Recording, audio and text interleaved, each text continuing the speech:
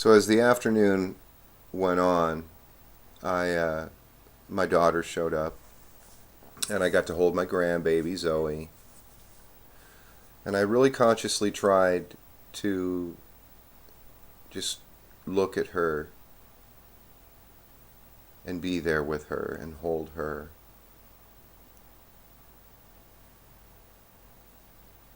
You know, when their mother, my children's mother, needed me there was a bond that occurred between my daughters and I. And my daughters have developed themselves into highly individualized people. And, you know, my observances are very important, but, you know, a lot of things we need to learn ourselves. And being our own individual is important. However, uh, we can go a little too far and detach ourselves from relationships and experiences in those relationships that leave us only having a partial life. And I respect that life does flood in at times in which we need to inoculate ourselves from it, separate ourselves off from it. And we learn these things and we do the best we can. But I felt this detachment. And you know, I internalize it. I say, well, how am I self-responsible in this relationship? What is my role to play, and what are the behaviors that are mine to do? And in this way, I empower myself. However, when it comes to children and grandchildren, I also have a very strong sense within me to allow others to be just as they are and not get too pushy. So with Zoe, you know, it was only the first time we met, and it could be that I'm trying to expect more the, than what is available. You know, there's that desire to love and cherish. But there is a detachment. There was a detachment yesterday. And, you know, I want to be a part of her life, but only in so much as her parents would have me be. And the reason is that I have had my own parents try to be more to my children than I felt appropriate. And this was also well informed by other outside sources as well. It was difficult for me to really um, come to terms with the full weight, depth, and meaning, as well as a good understanding of interrelatedness in codependent relationships, such as a family. You know, there is an interdependence, and then there's codependence, and you know, we're born into this interdependence of a family. However, if people's needs are not being met appropriately, if they're not being nourished in accordance to what they need, they can ask for more than their share. And being that we live in a capitalism, you know, wanting more than our share at another person's expense is a threat at all times, because it's a quote-unquote free market, you know, free will to do whatever we want, to take as much as we wish. And, you know, it has to do with self-importance. If we think we're really important, then we can oftentimes take tremendous amounts, you know, because we think we're worth it.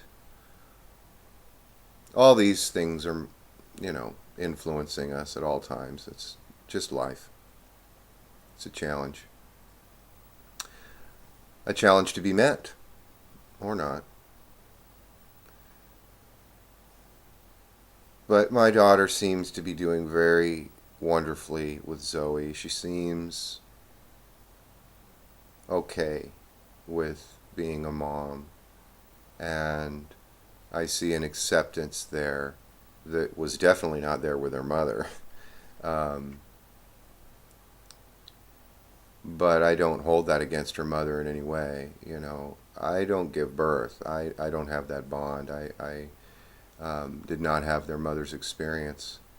I was informed of some of her experiences. So, you know, I don't hold it against her. My daughter's turned out well, you know, but my daughter's experience of being a mother at this point, even only a month in, is observably different than her mother's experience, which I find very interesting. But it's only from my point of view, which is an observer. Um, then my other daughter came, my younger daughter, and as the hamburgers had been cooked and set on the table, and everything was there to prepare our meals, she and I stood face to face, and she informed me that though she, as she said, thought about it and had a very difficult time doing it, she made the decision not to invite me to her wedding. And she said it had to do with trust. And, you know, I respect trust.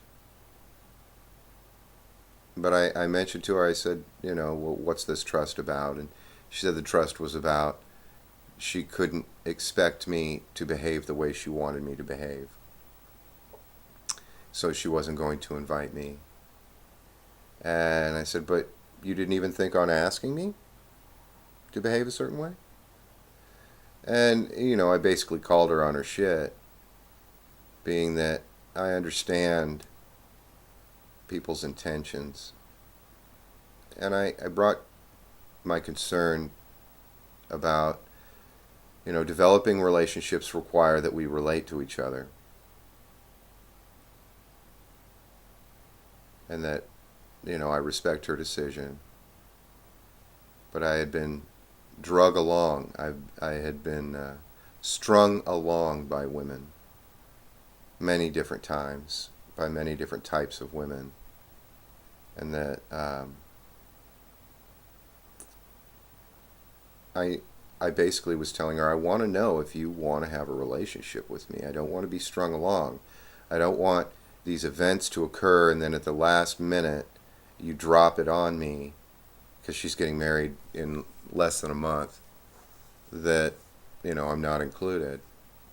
It's all these behaviors show me, you know, not what they openly admit to themselves, but what becomes very clear to me is that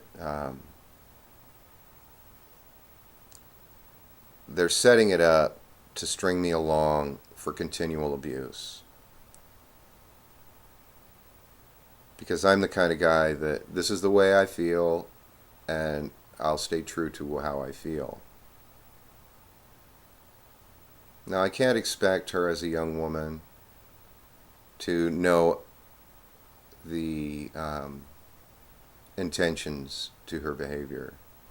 I remember being her age, and, you know, I respect that she wants to feel pleasure in her wedding day, and that in order to feel that pleasure, she wants to feel safe, and that this is the way she will feel safe. I respect that. However, I know her well enough, and she would take umbrage with this. But it's just so interesting how people want to individualize themselves, be their own people, but in being their own people think that other people don't understand them, don't know them,